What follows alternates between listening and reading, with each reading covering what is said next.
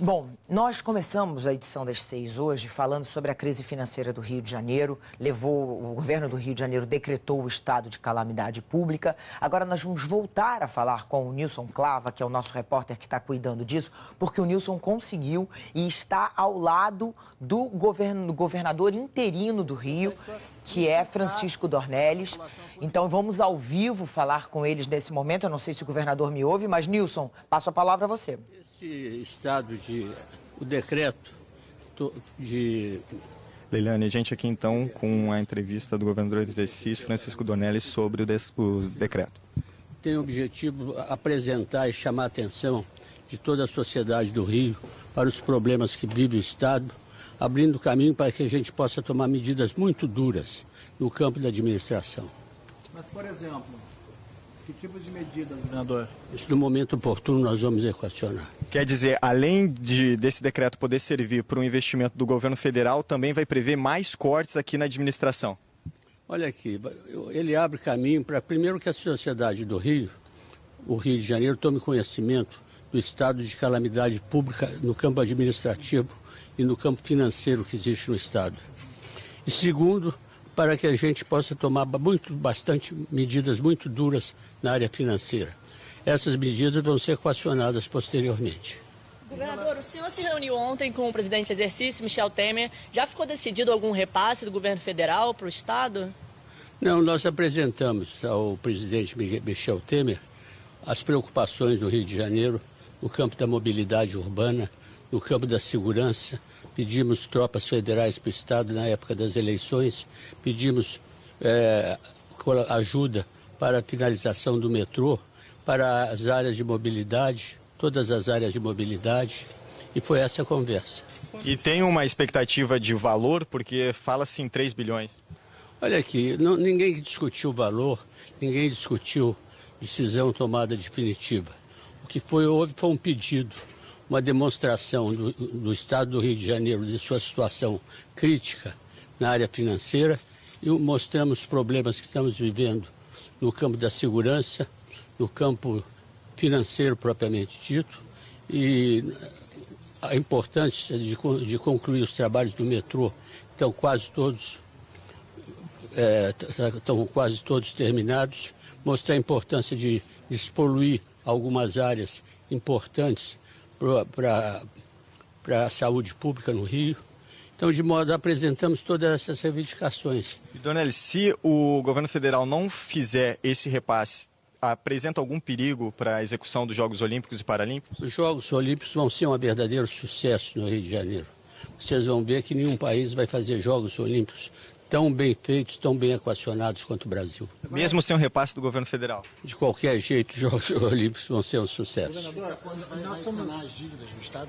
O quê? Esse aporte vai sanar as dívidas do Eu não Estado? sei que aporte você está falando. O decreto facilita repasses federais, governador? Isso, Estado. Olha aqui, eu falo sobre o Estado. O decreto teve o objetivo de apresentar à sociedade do Rio de Janeiro as dificuldades financeiras do Estado, abrindo caminho para medidas duras no campo financeiro e chamando a atenção das autoridades federais para as dificuldades que nós estamos tendo na área do metrô, na área da saúde pública, na área da segurança, para que eles possam colaborar conosco, vencendo todos os problemas que nós temos. Em relação à dívida... Ouço sim, Leilane, pode falar. Você poderia tentar perguntar para o governador, vindo esse dinheiro do governo federal, em que áreas ele vai ser usado, já que as dificuldades são tantas? Sendo discutido no âmbito judiciário. Segunda-feira vai haver uma reunião em Brasília de todos os governadores com o presidente da República. Eu espero que a gente encontre um grande entendimento, porque os estados não têm condições de pagar essa dívida. Ô, governador, e se vier esse repasse do governo federal, você tem ideia de quais áreas são as mais prementes assim, para receber esse tipo de investimento aqui no Rio de Janeiro? As áreas mais prementes de investimento do Rio de Janeiro é a área do saneamento, da saúde e da mobilidade e da segurança.